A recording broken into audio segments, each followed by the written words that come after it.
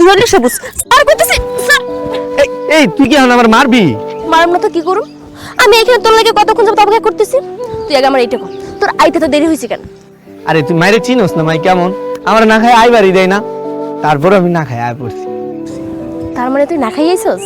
হয় যাক ভালোই হয়েছে। শোন, আমি না তোর জন্য নিজের হাতে রান্না করে নিয়ে আইছি।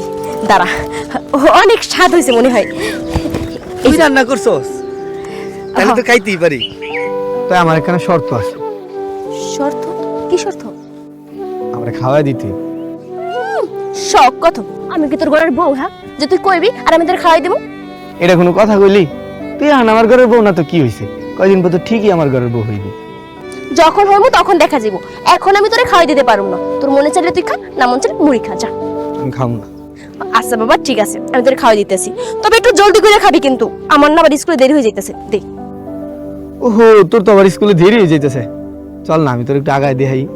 আচ্ছা ঠিক আছে, তাইলে চল, দে আমার কাছে দে।